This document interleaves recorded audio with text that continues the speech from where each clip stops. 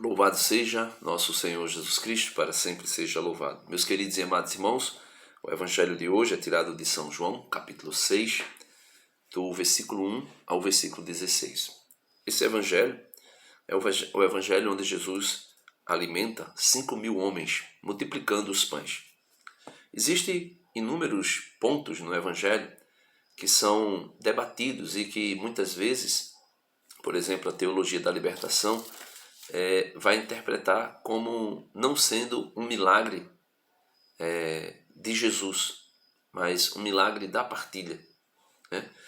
Então eu queria que nós pudéssemos olhar para o texto e deixar o texto falar por si só e nós compreendermos qual é a mensagem desse evangelho para nós nos dias atuais. Vejamos. Algum tempo depois, passou Jesus para a outra margem do lago da Galileia, o chamado Tiberíades. Seguia-o grande multidão, pois viam os sinais que fazia com os doentes. Então, Jesus vai para a outra margem do lago. Uma grande multidão acompanha Jesus. E acompanha Jesus por quê? Porque viram Jesus fazendo milagres, sinais com os doentes, curando os doentes, né? Então ali Jesus já mostra quem ele é. Ele disse isso aos discípulos de João Batista que foram perguntar, enviados por João e com a pergunta que João tinha feito. Tu és aquele que nós deveríamos esperar ou devemos esperar por outro? E Jesus vai dizer, dizer a João que os cegos veem, os surdos ouvem, os mudos falam, os leprosos são purificados, os aleijados andam, os mortos são ressuscitados. Então, vendo esses milagres, esses prodígios de Jesus, que Jesus fizera, eles acompanharam Jesus e era uma grande multidão. Jesus se retirou a um monte e aí sentou-se com os seus discípulos. Aproximava-se a Páscoa, a festa dos judeus, né?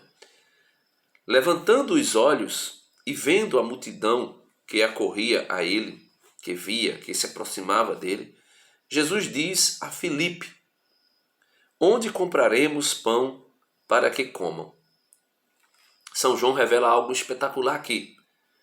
Jesus dizia isso para pô-lo à prova, pois sabia bem o que iria fazer. Então Jesus fez isso para colocar Filipe à prova.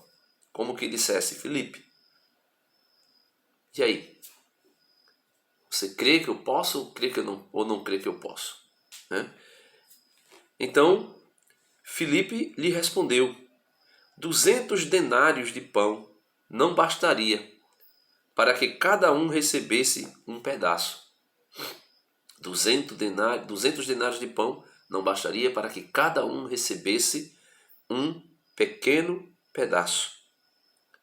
Um dos discípulos, André, irmão de Simão Pedro, lhe diz: está aqui um menino que tem 5 pães de cevada e 2 peixes.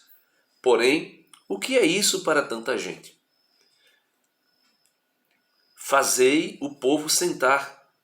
Havia grama abundante no lugar. Sentaram. Os homens eram 5.000.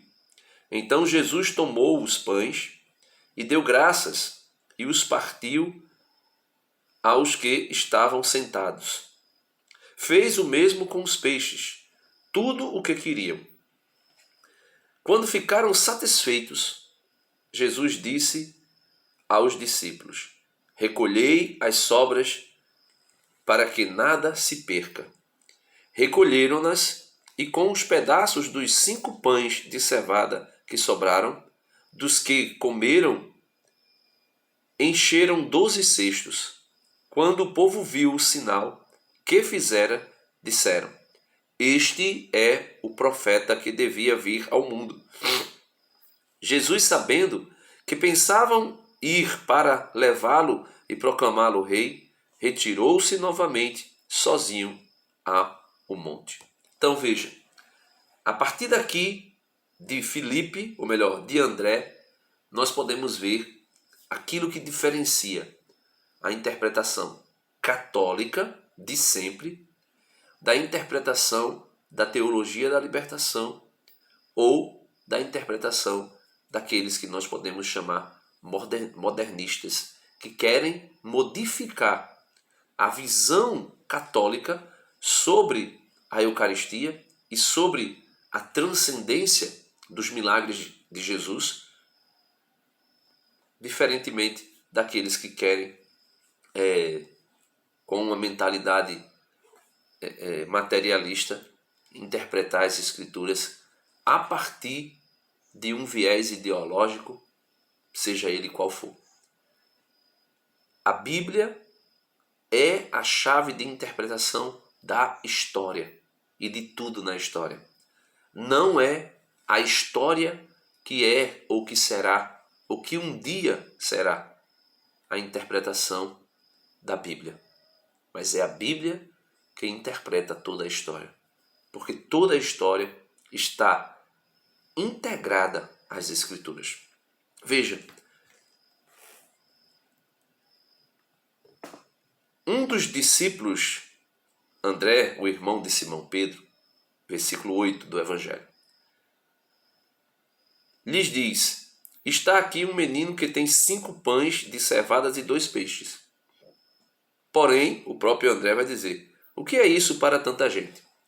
O que é que tinha ali no meio do povo? Apenas um menino que tinha 5 pães de cevada e 2 peixes. Jesus disse: fazei o povo sentar. Havia grande abundância no lugar, grande abundância de relva no lugar, de grama. Sentaram. Os homens eram 5.000. Então veja, só os homens eram 5.000 homens, sem contar mulheres e crianças. Então, Jesus tomou os pães. Quais pães? Os 5 pães que André havia sugerido daquele menino que estava lá. Jesus pegou os pães. Os 5 pães. E a gente vai provar um pouco mais à frente isso. Deu graças e os partiu aos que estavam sentados. Fez o mesmo com os peixes. Quantos peixes eram?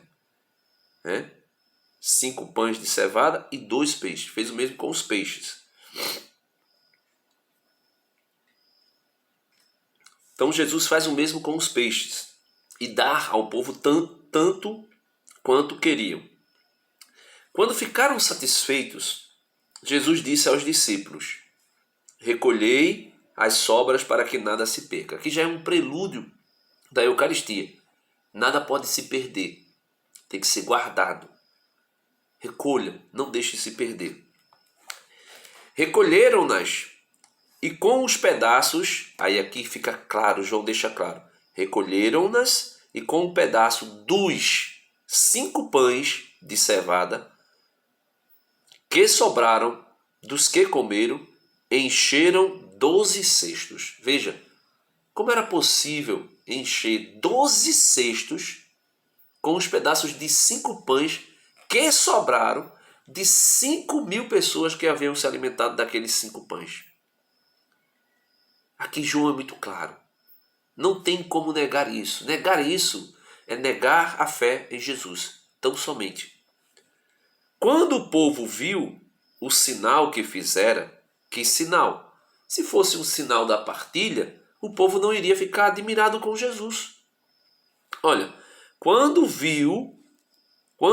povo viu o sinal que fizera, no singular, significa dizer que foi Jesus que fez, disseram: este é o profeta que deveria vir ao mundo.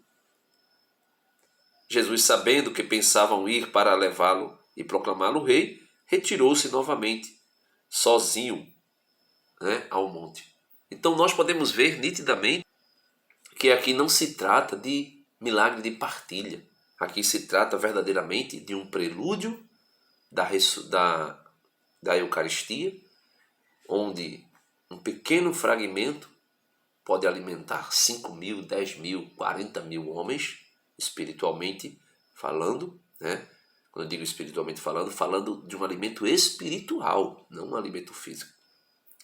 Aqui nós podemos ver também a confirmação de que Jesus tem poder para transformar, modificar, aumentar, multiplicar qualquer matéria que Ele queira. Como ele transformou água em vinho, como Ele multiplicou pães, como Ele multiplicou peixes. Então Jesus tem o poder. E isso, é claro, é nítido. Só não aceita quem não quer. Então, meus irmãos, peçamos a graça de Deus e olhemos para Jesus e peçamos a Deus Pai Todo-Poderoso e ao Espírito Santo, que é quem nos convence de tudo, de que nós precisamos de fé.